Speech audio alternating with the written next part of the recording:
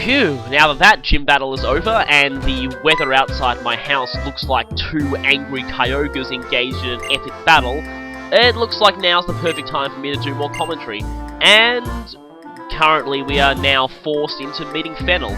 Finally, the NPC blocker is gone from this staircase.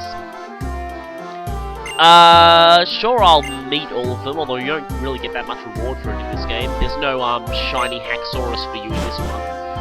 But anyway, finally we can see what was upstairs, and okay.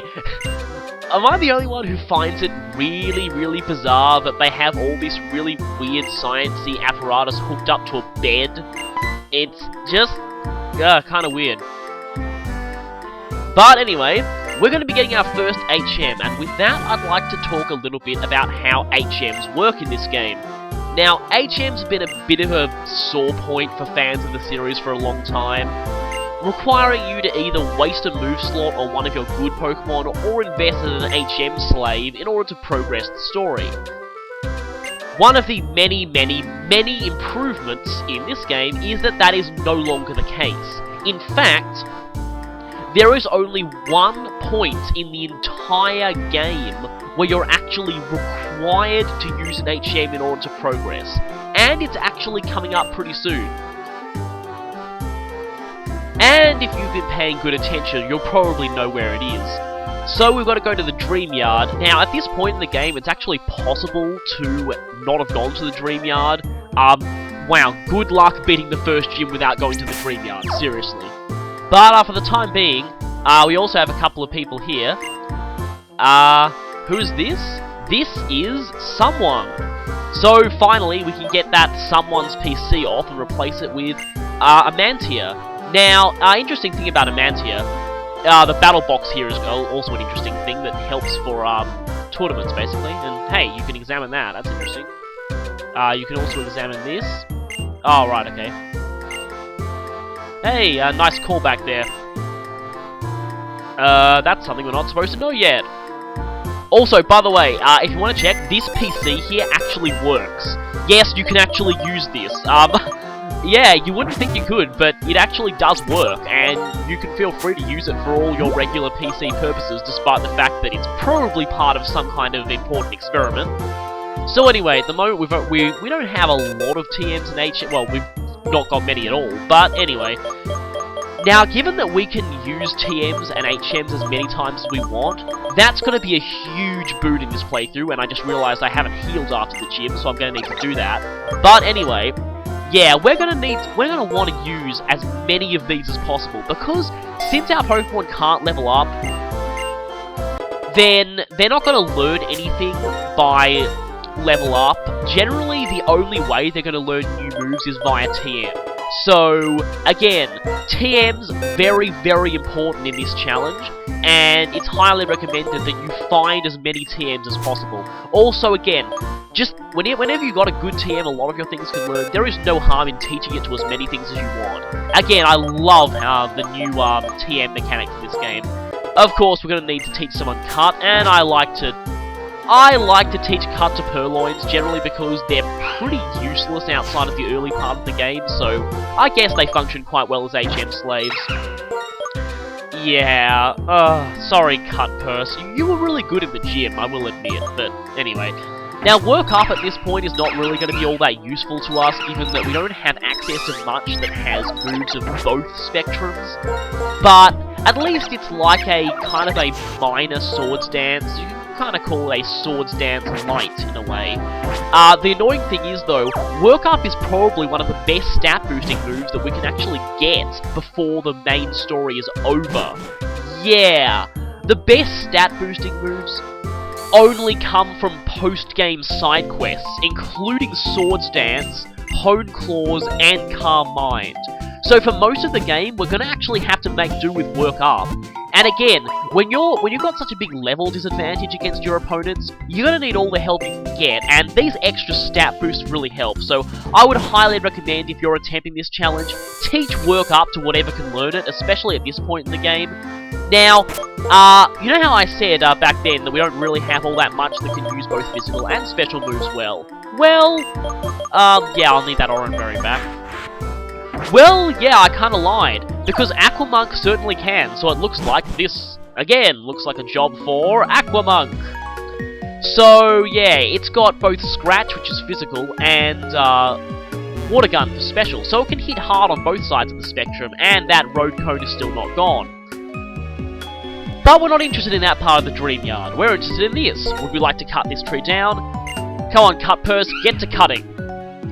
And that right there is the one and only time you are forced to use an HM to progress the plot. Yep, from this point on, you can actually completely forget about HMs. HMs are now only useful to reach optional areas and hidden items.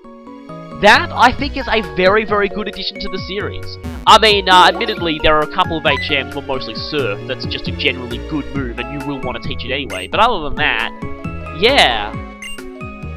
Oh, we've got sounds coming from this wall. Yes, let's investigate the old abandoned ruins. Certainly things won't go horribly wrong, but hey, looks like we found our target. Unfortunately, it's someone else's target too. Yep, we may have seen these uniforms back in Accumula Town, but this is our very first introduction to these guys. And, well, it gives you kind of an idea of, what their organization is like. Yeah, so obviously they're Team Plasma. Yeah, your first encounter with the game's villainous team usually comes after the first gym. I know it did in Diamond and Pearl. But, yeah, they apparently want to get their hands on some Dream Mist. Interesting thing is that apparently, in the anime, Team Rocket actually, there was a whole episode that focused on Team Rocket trying to do a similar thing to this. And here's where they start. Yeah, here's where, yeah, Team Plasma establishes themselves. Despite the fact that their intentions sound noble, the way they go about it is what makes them antagonists.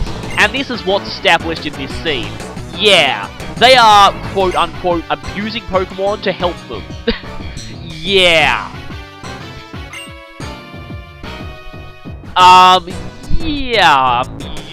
Again, see, Team Plasma may as well be called Team Hypocrite. That's basically their general theme. Uh-oh.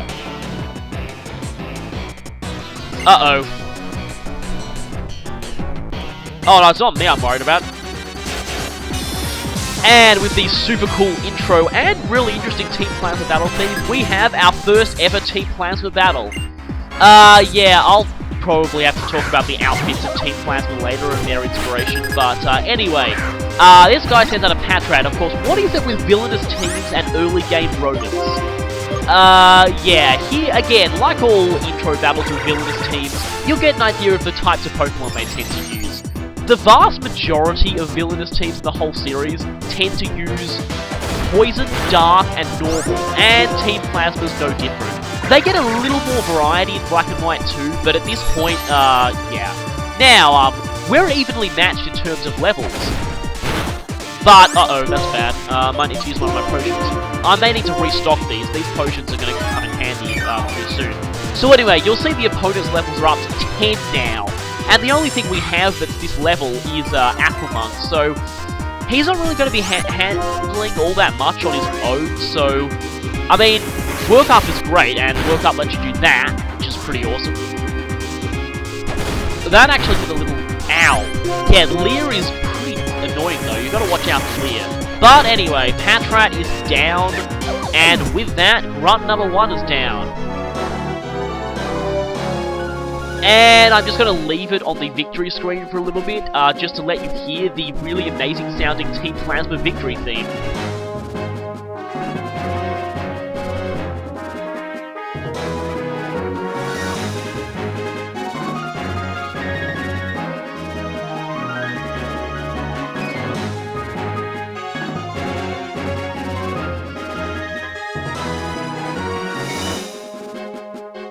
I don't exactly know why they started giving villainous teams their own victory theme. They started doing that in Ruby and Sapphire, I believe.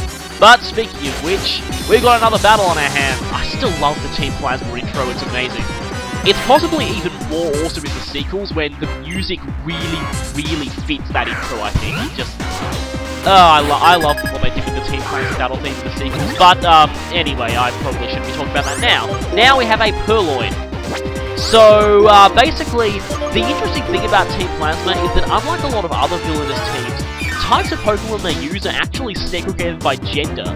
The male grunts use a specific pool of Pokemon, and the female grunts use a separate pool of Pokemon. For the time being, we know that male grunts use Patrats, while female grunts use Purloin. So, yeah, that's kind of interesting. And, oh, Sand Attack, seriously?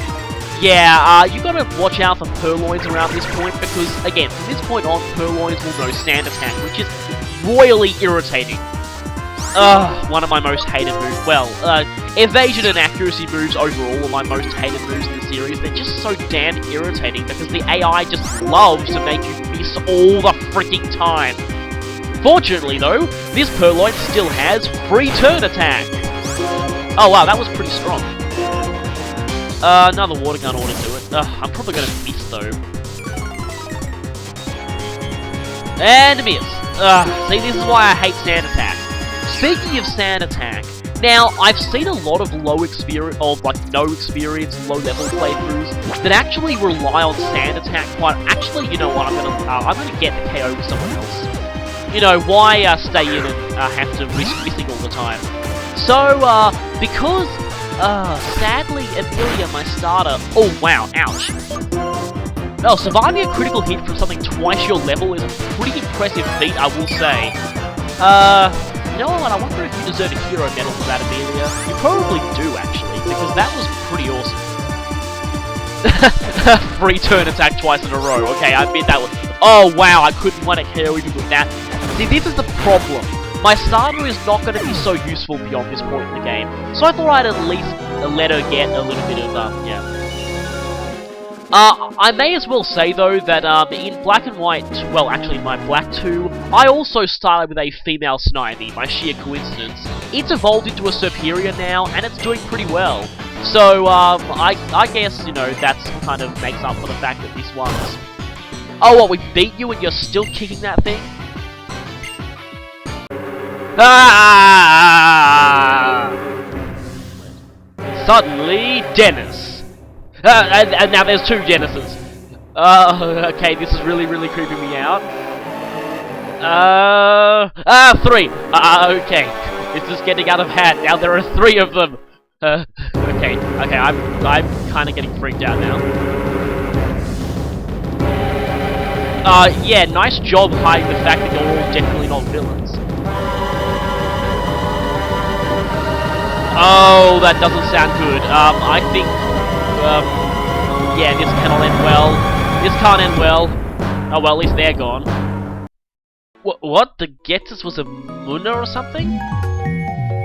Okay, and despite the fact that it's pretty much totally benevolent, I still think that Mushana's cry is just kind of freaky. Please don't make me remember that. Okay. Yes, you were all having a dream. Well, thankfully, scientists should be able to explain this for us. So, yes, in case you haven't guessed, Mushana is the evolved form of Munna, and both of them kept their Japanese names. And now they're both gonna go off happily and, cause violent hallucinations in more people. Yeah, the games don't really go into the kind of dark implications of what, of Munna and Mushana's powers, because it is kind of freaky. They can induce really vivid, hallucinations in people like that. I guess they're not that different from Darkrai, really, but I guess they tend mostly to only use their, powers as a self-defense mechanism. Making dreams reality, yeah, now that has really terrifying implications, but the series hasn't really gone into it all that much. But anyway, that's the dream mist. Okay, looks like I've got to stop by there. At least that mission was sort of a success, and we got a couple of battles out of it. You know what? I think I'll do that too. So, now's our chance to fully explore the Dream Yard for the first time, and you still say the same thing. As you can see there is grass here. And we can catch quite a few new things in this dream yard, so we might want to check it out. So, let's try and catch some new stuff. Wait a minute. Do you hear a rustling? I think I hear a rustling. Look closely at that grass in the corner. Whoa! Okay, different battle music, and what the heck is this thing? This, as you can see, is an Ordino. And the game doesn't really tell you exactly what mechanic has just been triggered here. For some reason, it only happens from this point in the game on. But I guess I can, I'll explain it anyway. From this point on, you'll sometimes find rustling patches of grass. You generally need the sound turned up to actually hear them, but you'll see a patch of grass shaking. If you run into that patch without triggering any other wild Pokemon encounters, and that's important, then you'll find something special. You'll get different battle music, which is this one. I call it the rare wild Pokemon theme, to indicate that you found something special in rustling grass. Now, for the most part, it'll usually be an Ordino. Ordino is a Pokemon with a few interesting properties that really won't be relevant in this challenge at all. Basically, Ordino, as you can tell, has ridiculously high HP. It also has an awful lot of support moves that are kind of useless in single battles, as you can see there. So it's kind of easy pickings for you at this point. Now, the interesting thing about Ordino is, it gives a freakishly large amount of... Okay, well, when it does hit you, it hits you pretty hard. But anyway, the thing about Ordino is, it gives you a freakishly large amount of experience points when you defeat it, and I mean really big. It's kind of like the Pokemon series equivalent of a metal slime, in a way. Something that's a little difficult to find, well actually not all that difficult if you put your mind to it, but that gives a massive amount of experience, and I just caught one. Now, of course, you can tell why that's not going to be useful to me in this playthrough, and because of that, Ordinos are going to get really, really annoying. Because generally when you find something in rustling grass, at least 80% of the time it will be an Ordino. And that's good if you're playing the game normally, because again, as someone said, Ordinos are basically free rare candies. In this challenge, they're going to be totally useless to me. So, again, annoying. But I'm going to catch one now, just because Ordino can actually be quite decent at this point in the game. I'm going to name this one Diane. I don't know, it looks pinkish, you know. Anyway, now, from this point on, you'll see rustling grass in just about every route you go through. Again, most of the time it'll be an Ordino, but the other 10 or 20% of the time, there's a chance it might be something you don't normally see on that route, usually in rustling grass. In the rare chance it's not an Ordino, you'll often find... Okay, yay for run away, this is probably why I put Patrat at the front of the party. Anyway, usually, you'll find stuff that are like the evolve forms of other things on the route, and in this challenge that's important because it's actually the only way we can catch certain evolved Pokemon, is actually through rustling grass. Now they come at quite low levels, but at least compared to the other stuff you get on the route, but they're fully evolved for the most part. Like, you can actually catch Stage 3 Pokemon in rustling grass. In particular, in the post-game, you can actually find stuff like Metagross and Dragonite and Tyranitar. Yes, in the wild. It's as freaky as it sounds, and it can be pretty cool.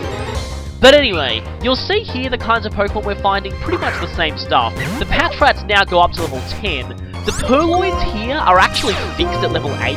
So if you want a slightly better Purloin, you might want to catch one here. They will always be level 8, as I've said. The Patron and Purloin is not the thing I'm looking for here. Yep, this is the thing I'm looking for. As you could probably tell, that one Munna here is not the only one that inhabits the Dream Yard. You can find wild Munnas here, they're somewhat uncommon, but I want to catch one because I generally make a habit of catching at least one of everything on each route, and I want a large pool of Pokemon to, you know, choose between when I'm making my team. Again, it's now got to the point where my level 4s and 5s are really not going to be much use to me, so I'm going to need to actually catch a few things to replenish my team, which is why I'm, you know, getting a few catches here. Now, Cut is slightly better than Scratch, but it's got a bit worse accuracy, so that's a bit of a problem. Of course, not like it's going to do much to this thing after it's used Defense Curl a lot. Yeah, Munna basically is specialized in HP and not so much defenses, it's got good HP, decent special attack, pretty slow. And it mainly specializes in sleep-inducing moves, as you could see before with Yawn.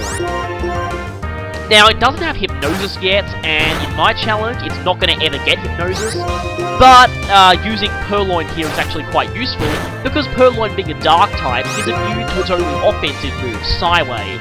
Now, eventually Muna learns Psybeam, which of course is a lot better than Psywave. Of course, it's not going to get a chance to learn that with me, so, damn it. So I'll be stuck with Psywave. Muna also gets Lucky Chant, which is kind of an interesting move. As you can see there, Lucky Chant blocks critical hits for 5 turns. As in, it stops criticals from happening. Now, if only the Fire Emblem series had an equivalent of that move, that would be really great. I mean, Lucky Chant really, usually it's not worth wasting a move slot on, especially given how uncommon critical hits are normally. It can actually, I'm wondering if it actually can be slightly useful in Nuzlocke challenges, just because in those challenges, critical hits really screw you over. So, anyway, as you can see there, Muna is kind of like Drowsy. It's based on the same type of Japanese sort of, monster as Drowsy.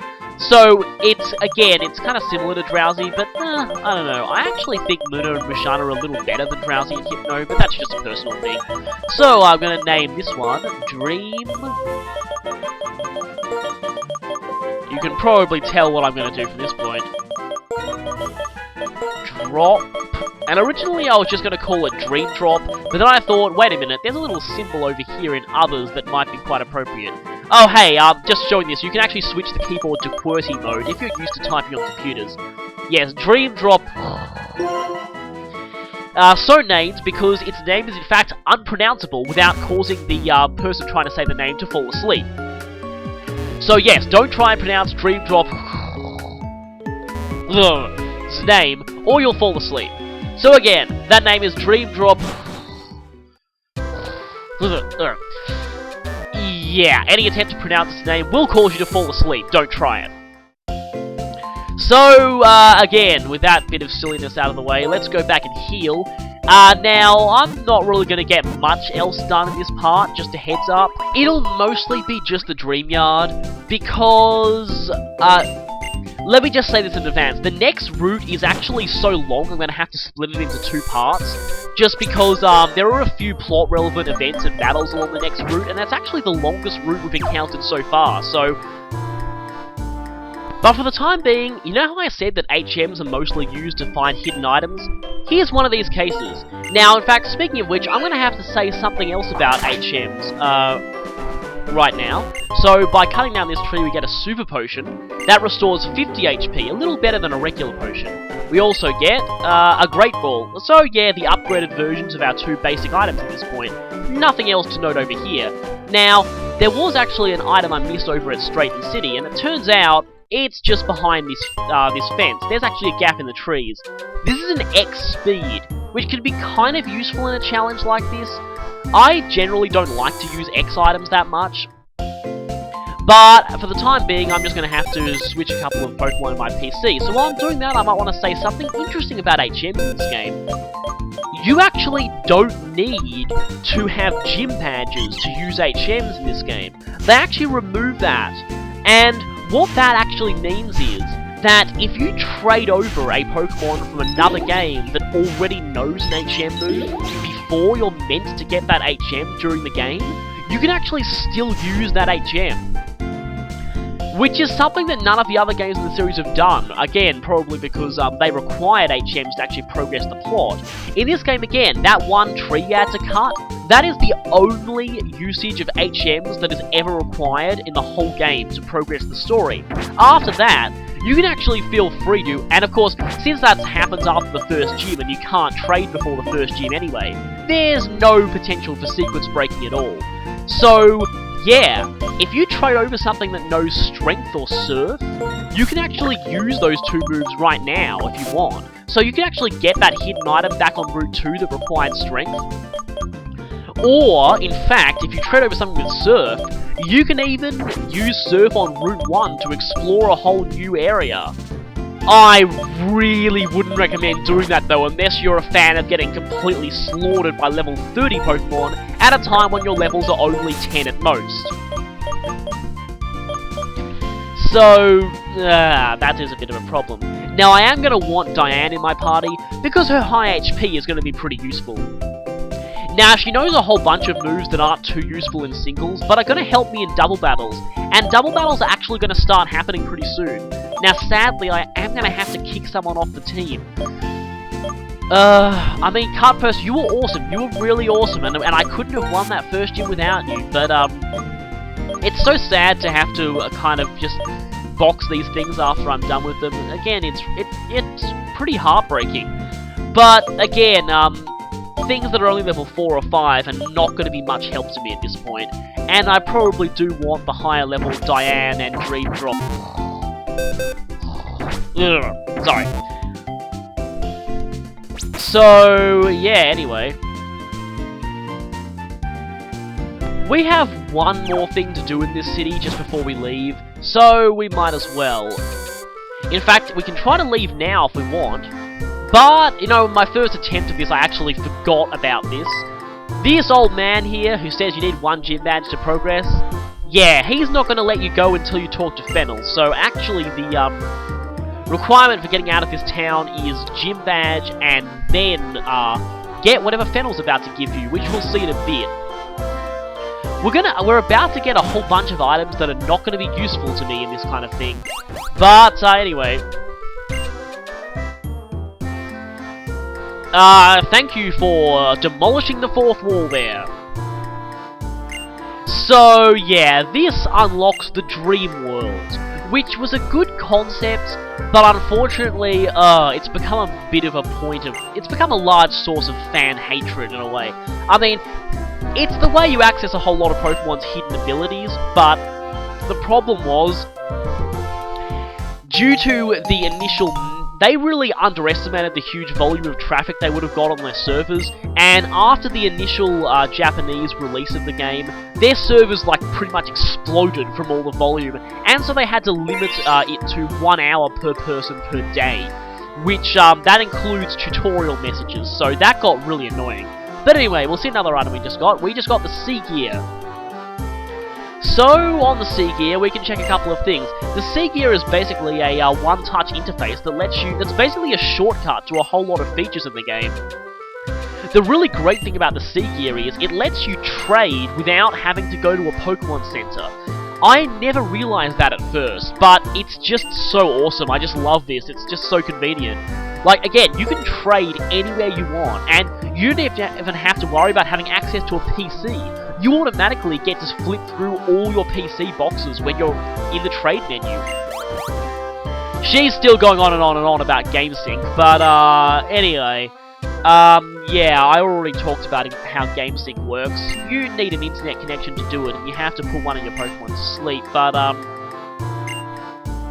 yeah, the Entralink is a mysterious region that's right in the middle of the map, but you can't actually get to without, teleporting yourself there via the Sea Gear interface.